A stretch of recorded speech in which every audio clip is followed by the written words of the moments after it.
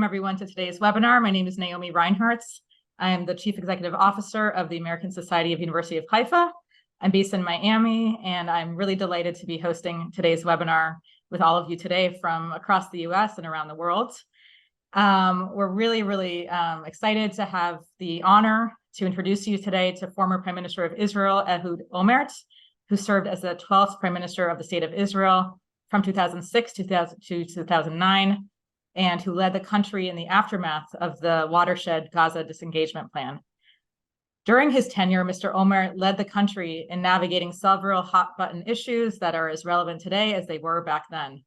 In 2006, he led the country through the Second Lebanon War, and in 2009, he oversaw a ground invasion in Gaza with Operation Cast Lead.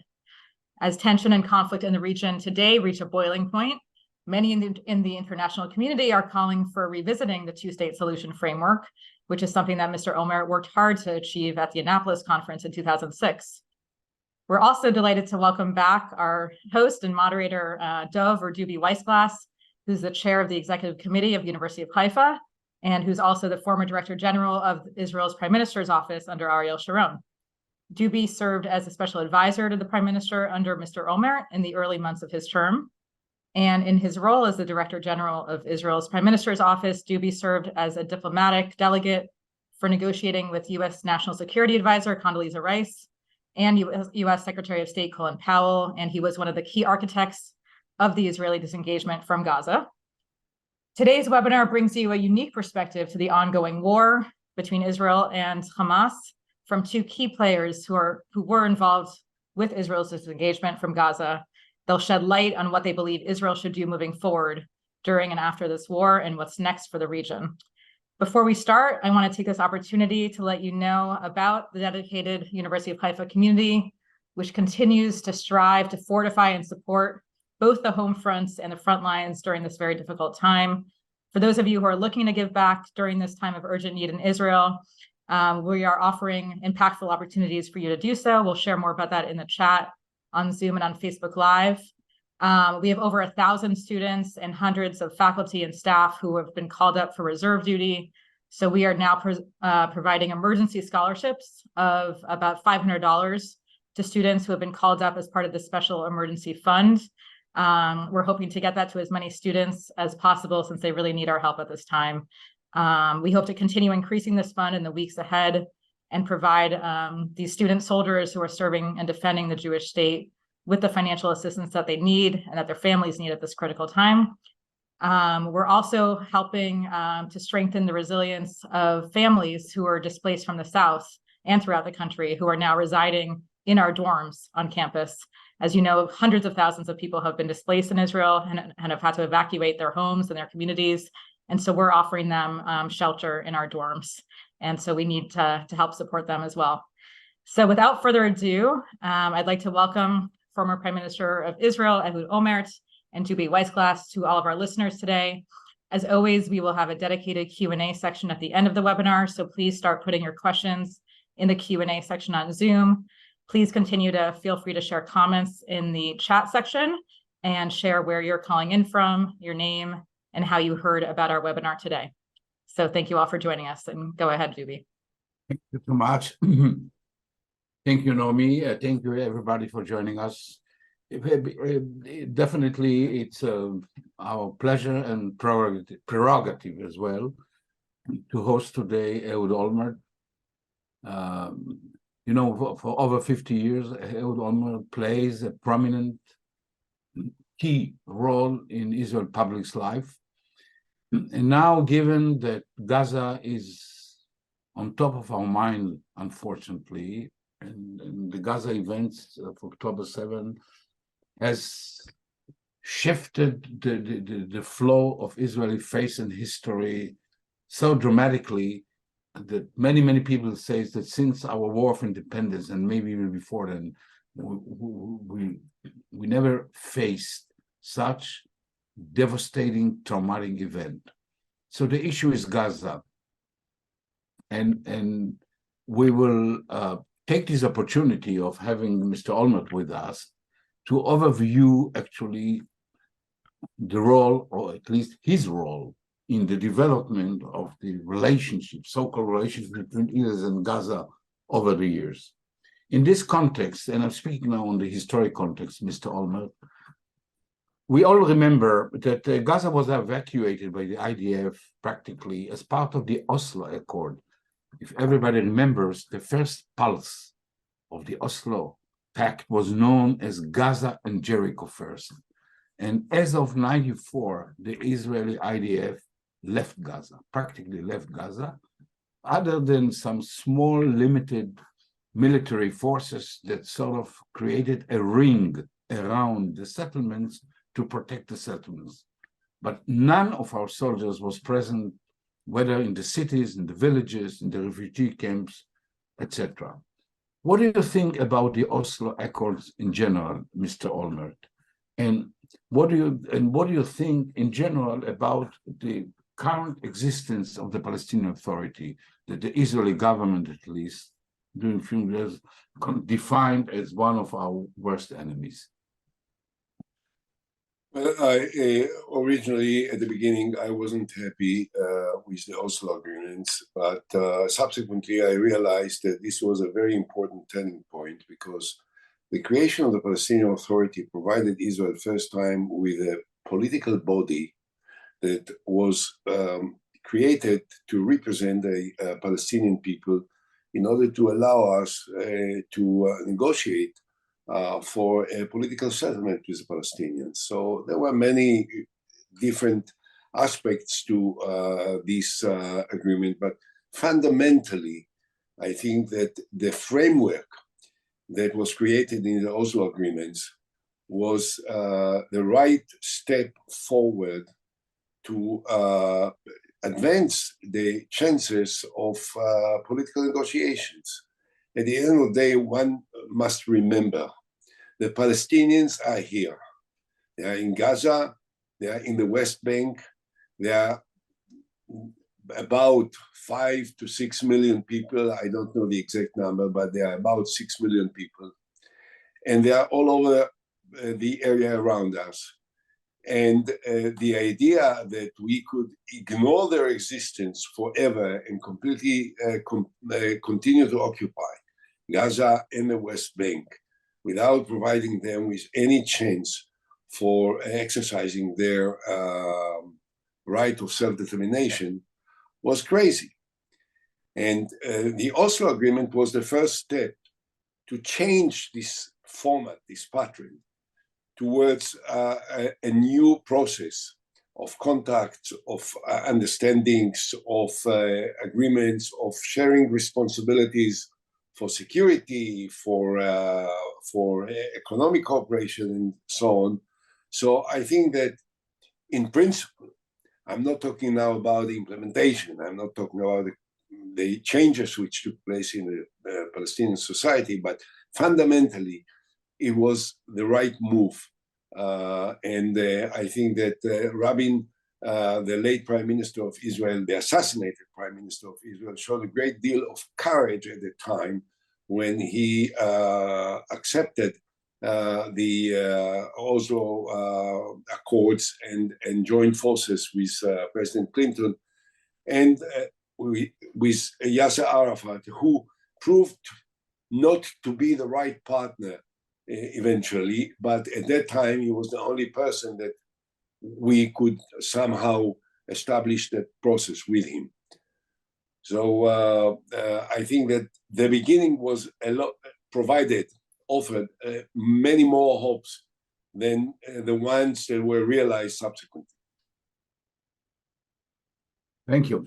In 2005, actually, the Israeli government, led by Prime Minister Sharon, a government of which Mr. Olmert played a key role of a very senior member of cabinet, minister, has decided to disengage from Gaza, actually to complete the pull out of Gaza by pulling out the settlers, because as I indicated, the military was pulled out from Gaza years ago during the Oslo Pact. The pullout from Gaza at the present time, in a way, it's in a public controversy in Israel. Retrospectively, what do you think? Was it a justified move? Was it a good thing, a bad thing? Yeah, people tend to forget that prior to the disengagement in 2005, in the period of 5 years between 2000 and 2005, we had more casualties, more people killed, more civilians and soldiers killed in the Gaza Strip than the number of casualties we had from 2005 to 2023. So I think that we had a serious security problem. The Israeli settlements in the area of Gaza at that time were really embedded in Gaza. We pulled some of our security, not all of the security, because we had to protect the Israeli settlements there. But the Israeli settlements were almost embedded in the townships and settlements and the villages in Gaza, sometimes at a distance of 200 meters, 500 meters in different parts of Gaza. And that was something that invited almost inevitably terror confrontations between Jews and Arabs, and we had to pull out. We had to pull out in order to separate from the Palestinians. The main priority of the State of Israel was then, before then, at that time, and since then, is the separation from the Palestinians. The separation from the Palestinians is the key to the ability to establish a new pattern of relationships between us and them. And the question about the disengagement that you have raised now, which has been raised in the last couple of months in Israel after October 7th, was with regard to what happened in October 7th. Everyone said, look what happened. You disengaged from Gaza and look what they did to us. I'll tell you something. You know, Citibank is a big bank in New York. If they will open the doors at night of the main entrance to the bank, and then will go to the safe room, and they will open the doors of the safe room, and then they will also leave the keys to open all of the safes in the safe room, and then, you know, thieves will come and criminals will come and gangsters will come and pull out everything from the safe room and steal billions of dollars. Everyone will say that the system of protection the bank was wrong. No, the system was wonderful. We knew everything about it. We just didn't care for whatever reason, because of arrogance, because of negligence, because of complacency, because of overconfidence, and we let them in. Had there been 200 Israeli soldiers in the positions where they were supposed to be on that morning, nothing would have happened. They would have killed all of the terrorists that broke in, and we wouldn't have to sit today and to discuss the terrible disaster that we had to face and experience since then. So the disengagement was a leadership decision that no one but Sharon could have carried out. It must be emphasized. You know, I played an important role in advancing it and in lobbying for it as a vice prime minister at that time. But only one person had the political power, the firmness, the determination, the leadership to do the opposite of what he was doing 20 years earlier. And for me, this is the ultimate test of leadership. The ultimate test of leadership is the ability of a leader to do the opposite of what he promised in the past when he finds out, when he is the leader, to do what is right at the time that he is in leadership, and not to be obsessed with the memories of what was true 20 years before or 50 years before, which was entirely irrelevant to the needs and the priorities and the challenges that he had to face at the time that he was prime minister. And I think this was the right decision. I'm proud of being part of this decision. I was proud to be the assistant of Sharon in doing it. And the fact that we show such complacency and negligence in October is not a proof of anything, but of the arrogance which characterized the present government of Israel. Thank you. Mr. Olmert, during your tenure as a prime minister, you have developed relationship with the Palestinian Authority in general and with Chairman Abbas. President. He was the elected president, still is. You know, according to the Oslo Agreement, the Palestinian Authority, given it's an authority, the title is chairman. The Palestinians insist to call him a president. So let's compromise. By the way, may I say, Dubi, before you continue, just for the sake of history and for the credit that General Sharon deserved as a leader of the state of Israel, while Israel was criticized, the fact is that in 2005, after the death of Arafat, there were elections and free elections for the presidency or for the chairmanship of the authority, whatever. Or whatever, yes. And this was the first time that there was a democratic process within the Palestinian community, and Mahmoud Abbas, Abu Mazen, was elected as a chairman, as the president of the Palestinian people. Okay, and this was at a time that the West Bank and Gaza were occupied by the state of Israel, but we didn't intervene. We didn't play any role. We allowed them to practice democracy in the first time in the history of the Palestinians. But as a matter of fact, in your tenure as a prime minister, Israel and Palestine were never so close to this two-state solution that we believed is so essential. It's vital for the good being and further existence of the state of Israel. Just tell us about it. Tell us what was the plan, what was the policy, what was the idea, and because this is a background for the next question: why it so later on have been changed and have been neglected. So please.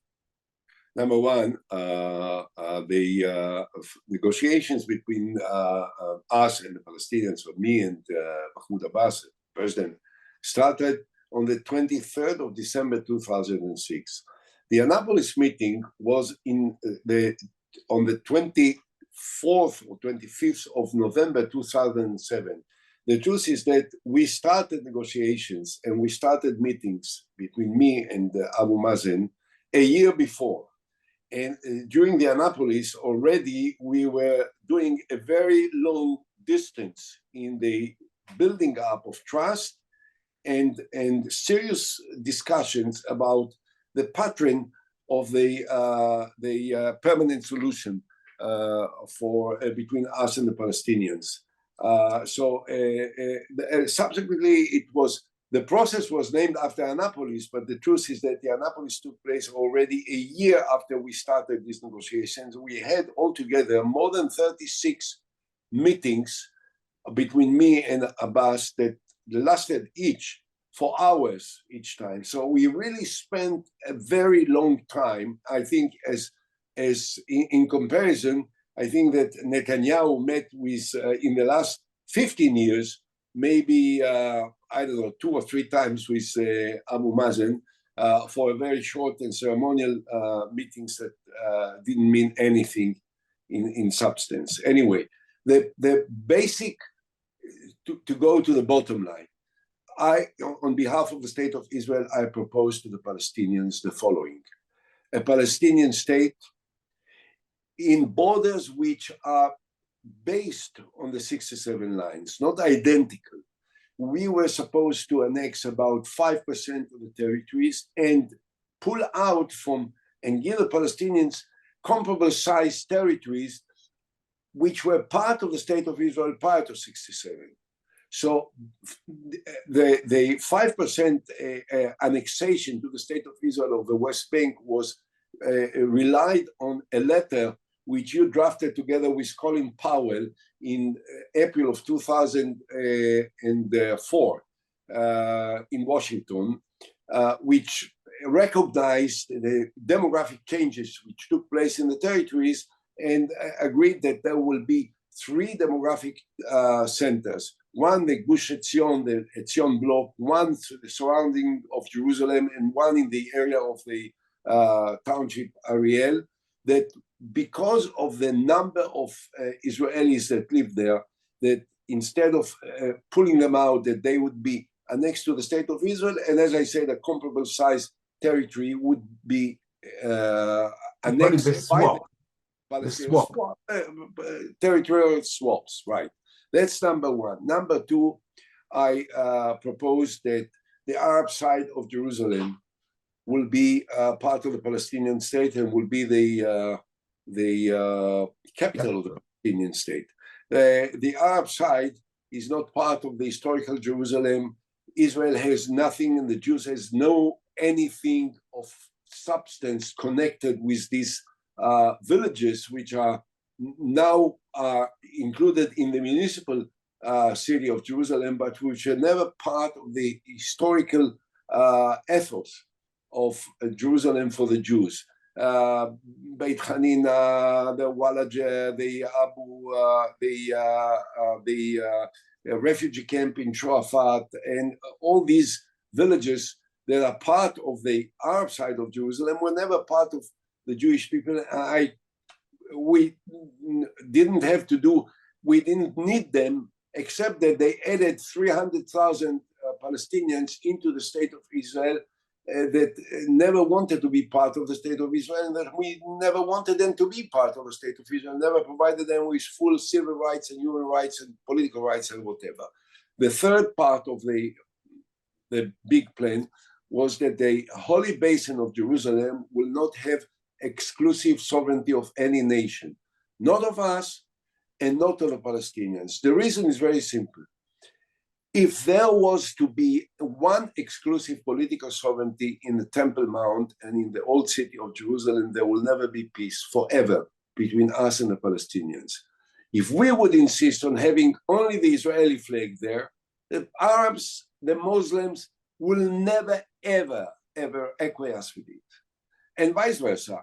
Had there been a Muslim flag, a Palestinian flag, an Arab flag only in the old city of Jerusalem and the Temple Mount, the Jews would have never acquiesced with it for good reasons, because we have a historical background that can't be ignored and can't be denied. So my plan was that there will be a trust of 5 nations, the Saudis, Jordan, Palestine, Israel, and America, that will be authorized by the UN Security Council to be to administer the Holy Basin and all the holy places for Muslims, for Jews, for Christians, and with complete freedom of practice, of religious practice for all believers. The fourth major element was the solution of the refugee issue. I suggested to the Palestinians that this issue will be resolved, negotiated within the framework of the Arab League Peace Initiative, which was originally suggested by the Saudis and accepted by the Arab League of Nations in 2002 in Beirut, and was reconfirmed in the Arab League of Nations conference in 2007 in Riyadh. These were the 4 major principles of the peace plan. This was, from the point of view of the Palestinians, really the realization of everything that they were asking for all the years of the conflict between us and them. There were many other technical aspects which are irrelevant now. I proposed it. I showed the Abu Mazen the map of the territorial aspect of it. He never said no, but he never said yes.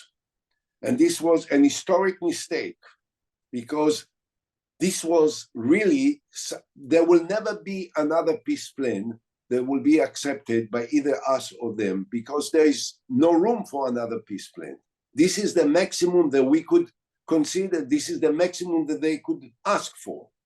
So this is what I thought then was the essential that had to be accepted. And unfortunately, because of the weakness and because of the divisions there, Abu Mazen never said yes to me. Since then, on many different occasions that we met, that we were in contact, he always asked me, please don't say that I refused. Don't say that I said no. I said, it's true, you never said no, but the problem is that you never said yes. Yes. In 2007, as we all remember, Hamas is taking over Gaza in a bloody coup where hundreds of Palestinian Authority security personnel were brutally slaughtered, and they have demonstrated their capabilities in such doing pretty soon. Hamas is in Gaza. In 2009, Mr. Netanyahu became the prime minister, and here a complete change of policy and attitude of the Israeli government. A continuing attempt to find a modus vivendi, somehow how to contain, to live, to find a coexistence with Hamas in Gaza, and yet actually a total disassociation with the Palestinian Authority. Can you try to explain us what have made the Israeli government actually turning backwards with 180 degrees? Well, first of all, I have to remind you that in the end of 2008, beginning of 2009, we waged this counteroffensive against the Hamas in Gaza in what is known as the Castle Operation. The purpose of the Castle Operation was to try and break down the military power of Hamas in Gaza, which was at that time possible and relatively easier than what it is absolutely today. This is entirely different. Now, we started and we had a very, very impressive performance of the Israeli army in Gaza.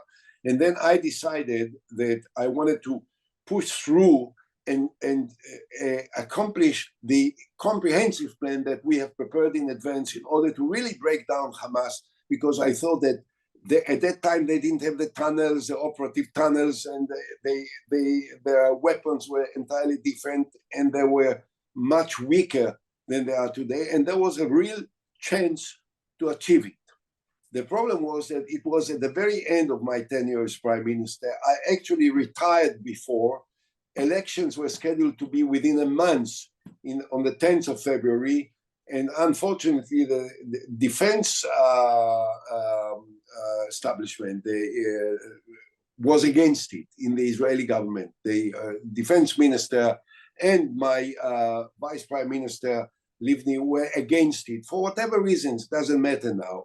The problem was that I couldn't force my will on in a government a month before elections to push for another major phase in this military confrontation when I'm a retired prime minister and a caretaker a month before the elections, when the military establishment and the defense minister and the vice prime minister are against it, because that is something that is totally inconceivable.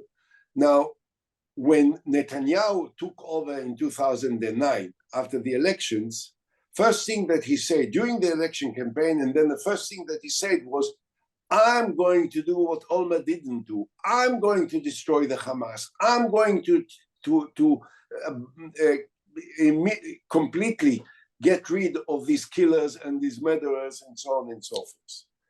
And the truth was entirely different. What happened is that Netanyahu established his position, political position, political support at that time. I mean, this is a fact. This is not something that I need to, I say because I want to criticize him. I criticize him. I'm against him. I don't speak for the government. I was in the riots and the demonstrations throughout the year, so I don't have to, for the sake of transparency, it's well known. But what motivated Netanyahu was that he knew that if he will recognize or talk with the Palestinian Authority, then it must involve territorial concessions, because this is the framework, this is the substance. And he was not prepared to do it because he was more interested in securing the political support from the ultra-right and the settlers and the supporters of the settlers, rather than making a political compromise that would have led us possibly, I don't want to say definitely, because I have proposed what I have proposed and I have presented it to you, and still the Palestinians didn't say yes. But if there was a chance to pursue it further, then this was the time. And what Netanyahu did was that he decided to flirt with the Hamas, the same organization that he vouched to destroy. And at some point, when they were really bankrupt and they didn't have the funds in order to manage their lives in Gaza, he was the broker that arranged for them to get the money from Qatar, and that the money that was brought to Israel and then was brought from Israel to Hamas in suitcases of millions of dollars of cash. I think that in the period since then until now, the hundreds of millions of dollars passed from Qatar through Israel to the Hamas and enabled them to establish this infrastructure of military power that is now so hard for us to dismantle. And before we conclude this part of our meeting, now we are now in a well, I don't know, people do not call it a ceasefire, whether it's a pause, but there is sort of a provisional end of hostilities. How do you see the end game? What do you think should be the permanent solution for the Gaza problem? Because if everybody knows, our government is very unclear on this issue, and actually it's divided by two different kind of voices. Those who believe about the need to destroy Hamas, to eradicate Hamas, to eliminate Hamas, those who speak about a permanent Israeli military presence in Gaza. So practically with Israel, we don't know. We don't know where it's going to take us to. What is what do you think should be the end game? Okay, I'll say briefly, but before I must say one thing. Yes. It's been said by many, including by Netanyahu himself, that this is the war of independence for Israel. This is the most difficult, the most challenging threat to the life, to the existence of the state of Israel ever. I entirely disagree with it. This is not a war of independence. This is a very, very painful and I'd say even insulting challenge that was posed to us by the Hamas. We can defeat them and we will defeat them. But we can't continue to ignore the fact that there is a major problem that must be settled and that we have to address ourselves to it. The belief that we can ignore the Palestinian issue and continue the occupation in the West Bank endlessly and continue the siege of Gaza and the confrontation with them without making any effort to change it is a dramatic historical mistake that must be changed. Now, what do I think is the end game of this event? Number one, we have to break down Hamas military power, and I think that we are moving forward to it. In order to be able to achieve it, we must make two things. Number one, we have to declare in the most explicit manner that at the end of the military campaign, Israel is going to pull out entirely from Gaza. We are not going to stay there. We are not going to occupy Gaza. We are not going to build new settlements in Gaza. Forget about it. We are going to pull out completely. But the question is then, what then? Who will take over? None of the Palestinians or any of the moderate Arab countries will set foot in Gaza on the Israeli bayonets. Okay? It will never happen. So if all the international community and our friends in America and in Europe and the president has been fabulous, a great performance of friendship and devotion and loyalty to the state of Israel that one could dream of by Joe Biden. They all want and they say that we need to pull out from Gaza. So if we pull out from Gaza at the end of the campaign, if the Arabs will not step in, then what will happen? We have to ask the international community that there will be a military intervention force for a period of time, for a year and a half, which will take over. It can make a military force of NATO countries, not a NATO force, because this is not in line with the charter of NATO, but soldiers of NATO countries that will take over for a short period of time, a year and a half, in order to start stabilizing Gaza and building up a new government administration, and with the international community also start to rebuild Gaza, because it's been largely destroyed as a result of this campaign. This is one step. The next step that we have to make, we have to announce that at the end of the military campaign, Israel is prepared to embark on negotiations for a two-state solution. There is not any other political option. And if we will now provide a political horizon for the end game, then there is a chance that the international community will show a greater patience and will give us more time to complete the military campaign. If we will not provide any political horizon, if we will say, no, we don't, we will see, then they will ask us, no, I mean, what are you going to do? You are going to destroy Gaza, and then what? You're not going to stay there, then what? So if we want to buy the patience of the international community, it is incumbent upon us to provide a political horizon. And this is the only political horizon that one can offer, which is a two-state solution. This is what America supports, this is what the Europeans support, and this will require major concessions with all the security arrangements that need to be made in order to protect Israel after we will reach the agreement with the Palestinians. That's what I think should be the end game at this point.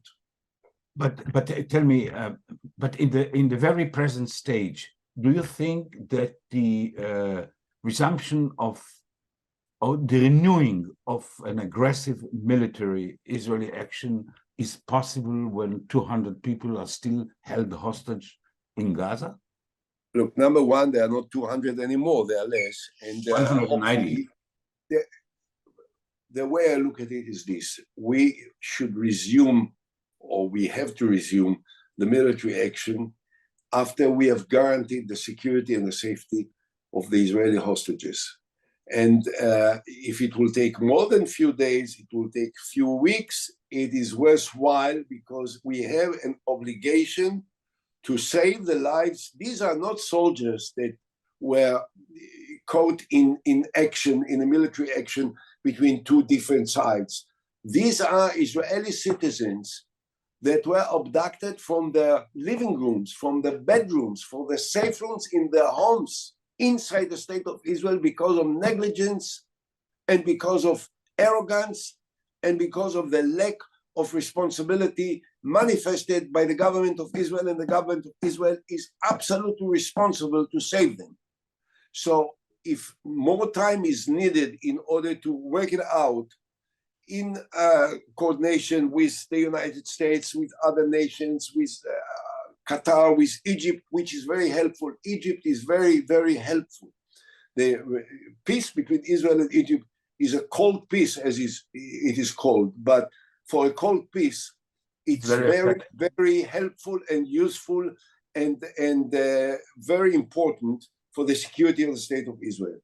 And when it is done, then we will have to resume what needs to be done in order to break down completely the military force of Hamas, which hasn't yet been broken by us. Thank you very much. Very well. So Naomi, our distinguished guest, is all yours. Thank you so much. Thank you, Mr. Olmert. This has been fascinating. I'm not sure if you can see, but the dozens and dozens of questions and comments in the chat show how engaged and interested people are in not only you, but in this discussion. So thank you again for your time and your wise words. I'll start with some of the questions from our viewers and try to combine them as much as I can. You mentioned recently that the real headquarters of Hamas leadership is located in Khan Yunis in the southern Gaza Strip. I know a lot of people are saying it's under the Shifa hospital, which of course is getting a lot of news. So if Hamas operations are indeed based further south, first of all, is the IDF in agreement about that? And if so, how do we go from where we are now once this temporary truce ends? The Israeli army is pushing for to resume the military operation. Now, of course, look, under the Shifa, they had headquarters. They ran away. So we found the headquarters. We found lots of weapons, lots of missiles under the Shifa hospital and all around there. And there were many terrorists that we fought with and we killed in this confrontation.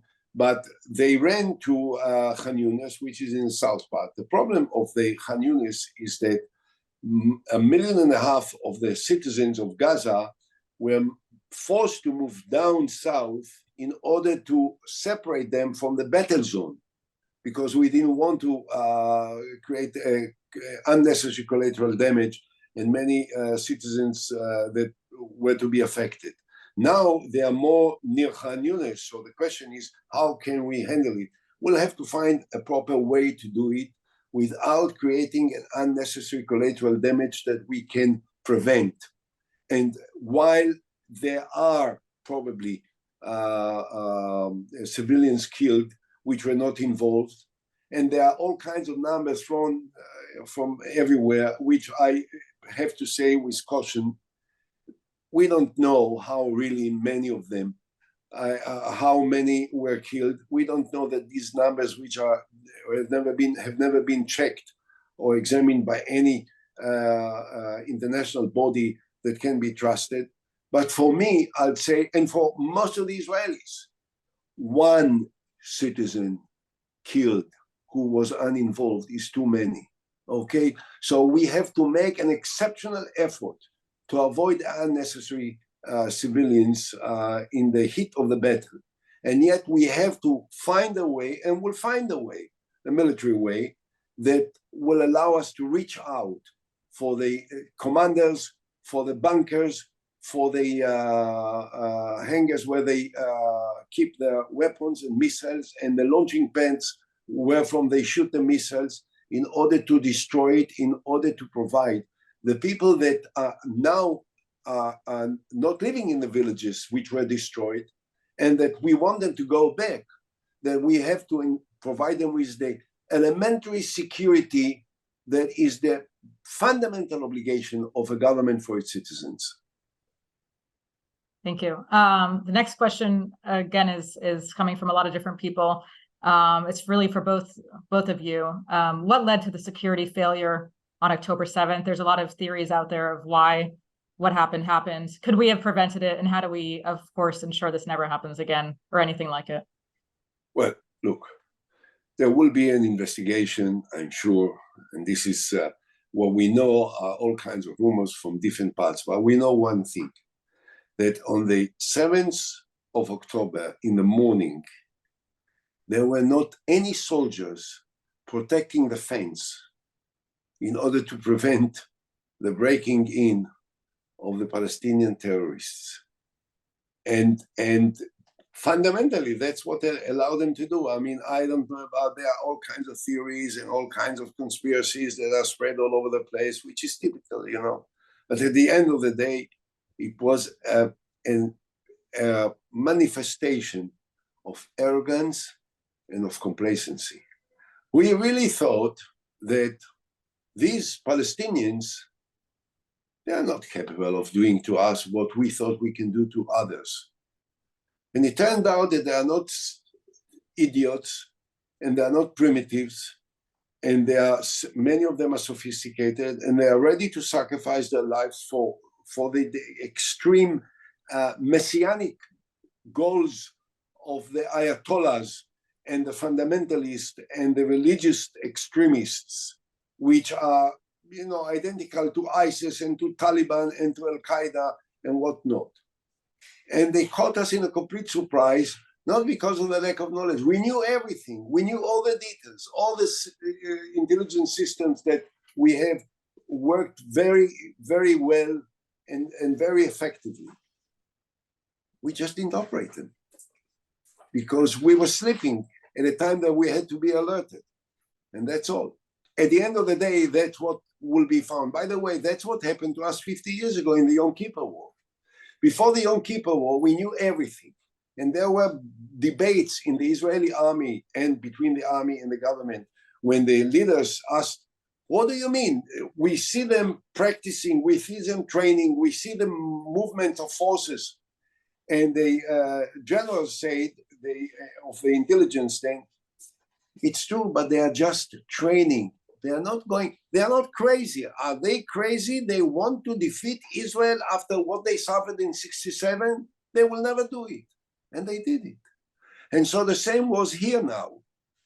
They were doing precisely what they trained and that we saw in our own eyes. We just didn't believe that they can do it to us because we are so much smarter and more sophisticated. How dare they even think that they can do it? So they dared and they did. And we were caught in a complete surprise. Our cyber systems, our intelligence systems, our drone systems, our weapons, the Iron Dome, the David Sting, the Arrow, all of them are operating fabulously.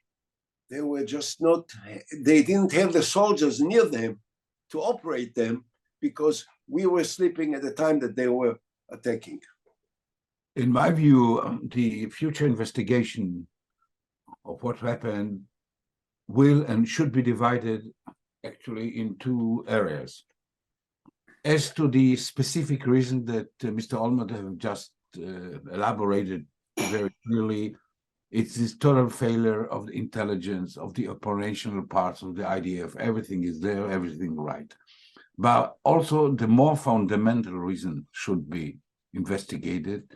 And on top of everything else, and this is something that Mr. Olmert have referred previously in his talk, is how it came out that Hamas, when they took over 2007 Gaza, it was a gang of few thousand people acting weirdly, a gang of gooks, how they developed into a military.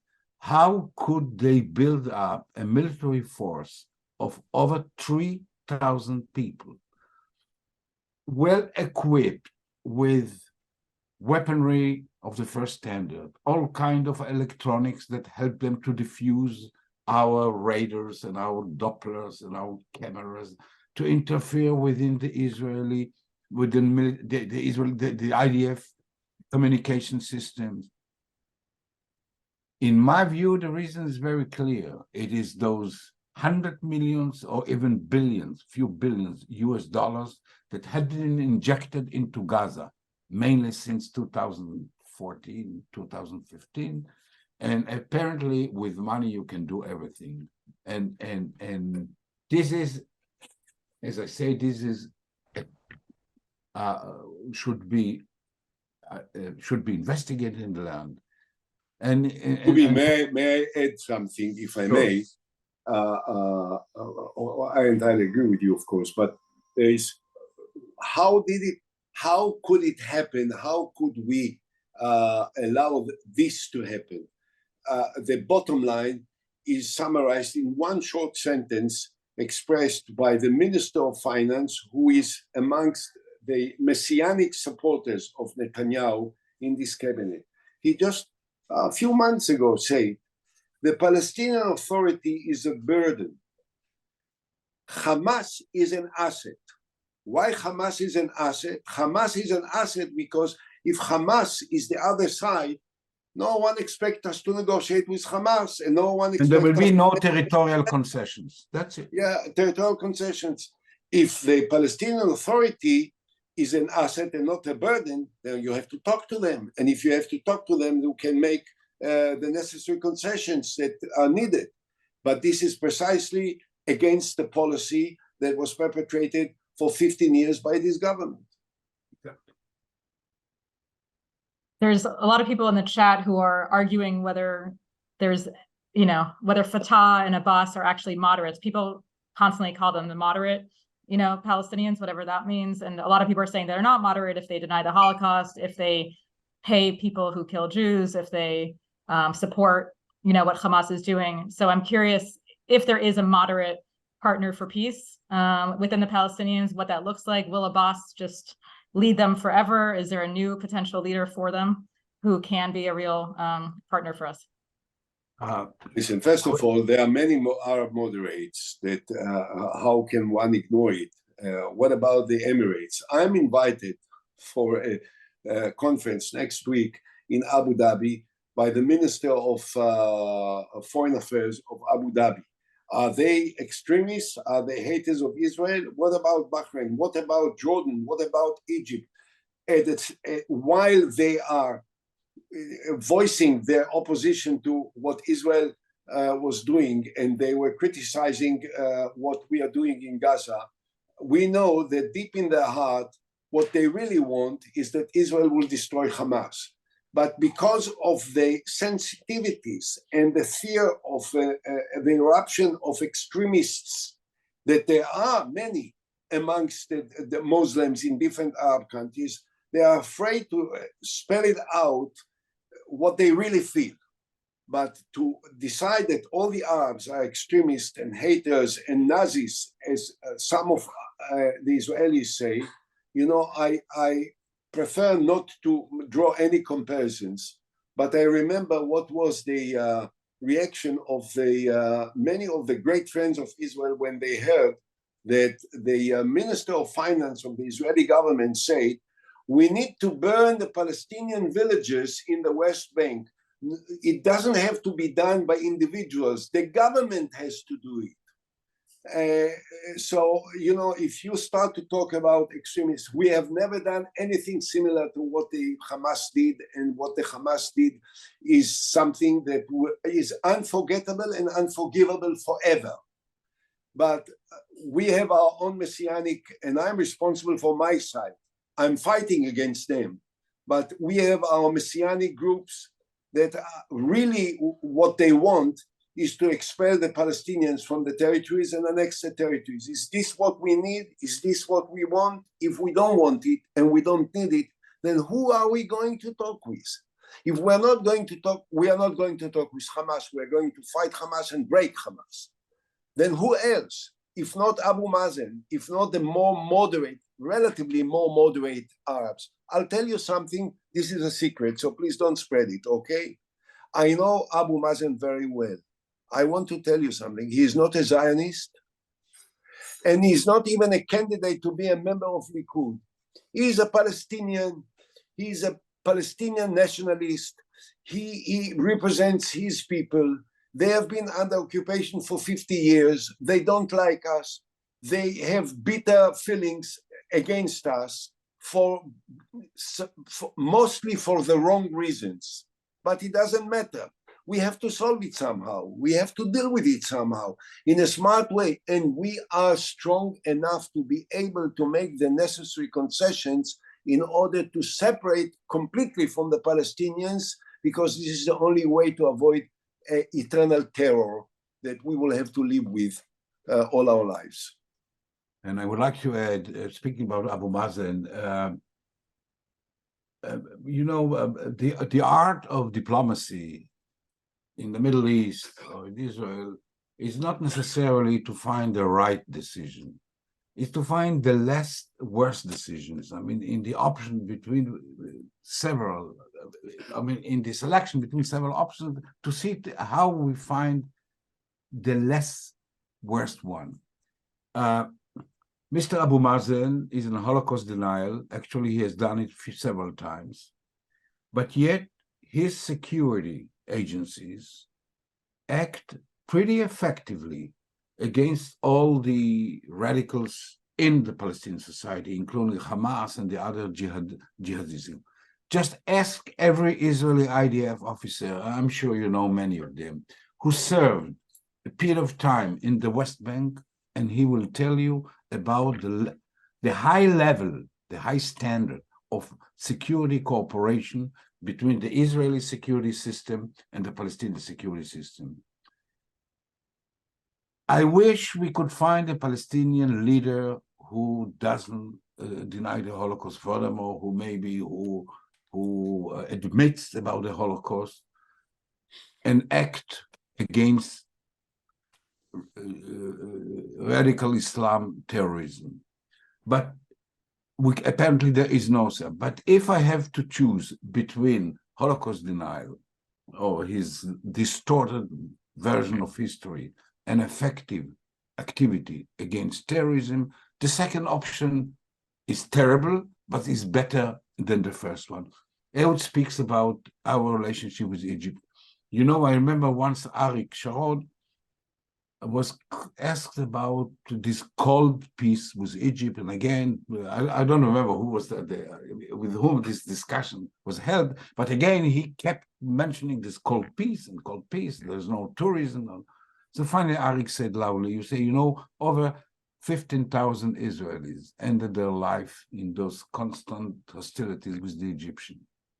So if the option, I rather prefer no hostilities, no belligerence with Egypt, and yet the Israeli Symphony didn't perform now in Cairo, and the Cairo Ballet Group didn't perform in Tel Aviv, then the other way around, a Middle Eastern peace is not a model of the Netherlands-Belgium relationship, for the example.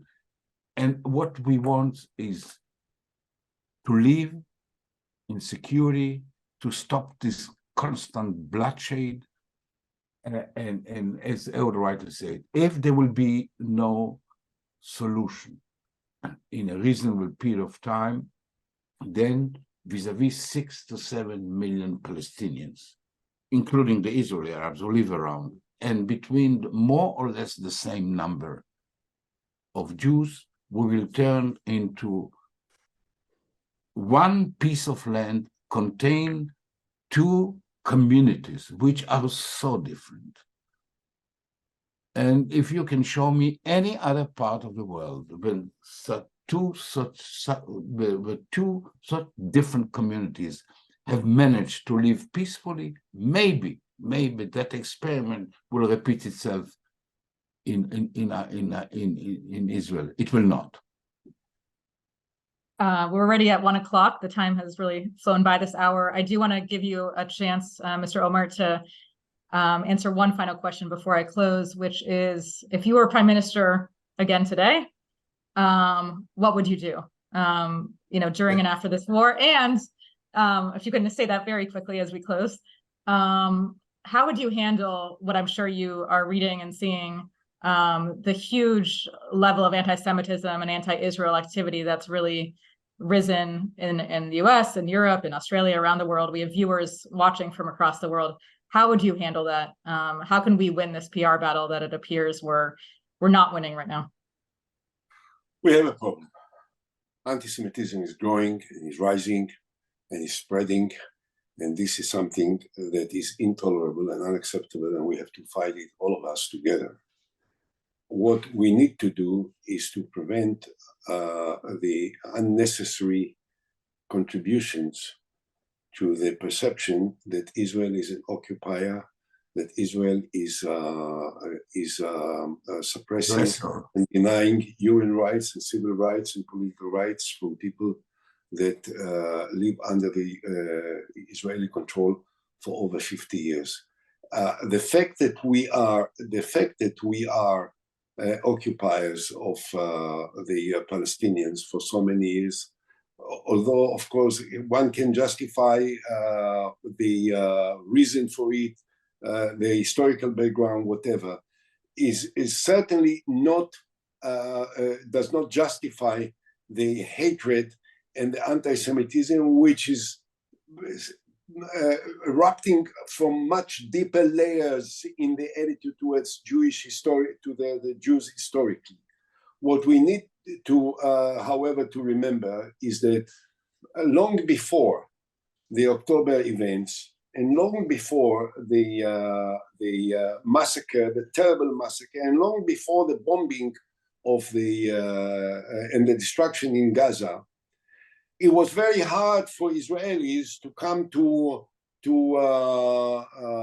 America, to campuses, because the attitude towards the state of Israel is grossly influenced by the fact that Israel, for so many years, has ignored entirely the need to do something that we can in order to resolve the issue with the Palestinians. So I think we have to fight against anti-Semitism, and this is a challenge that is the challenge for all of us, for all the Jews everywhere. And what has been surfaced over the last few weeks is absolutely heartbreaking.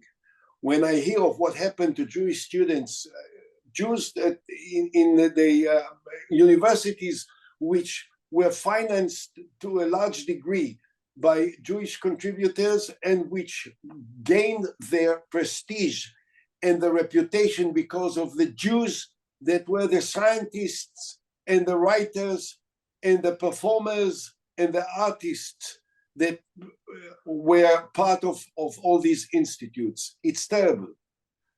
But let's face it, for the time being, what we need to do everything that we can in order to reduce the level of conflict that we have with the Palestinian people, to the degree that we can, not to the degree that we can't. What we can't do, we can't do, but we can do, we should do. And there is a lot more than what we have done up until now.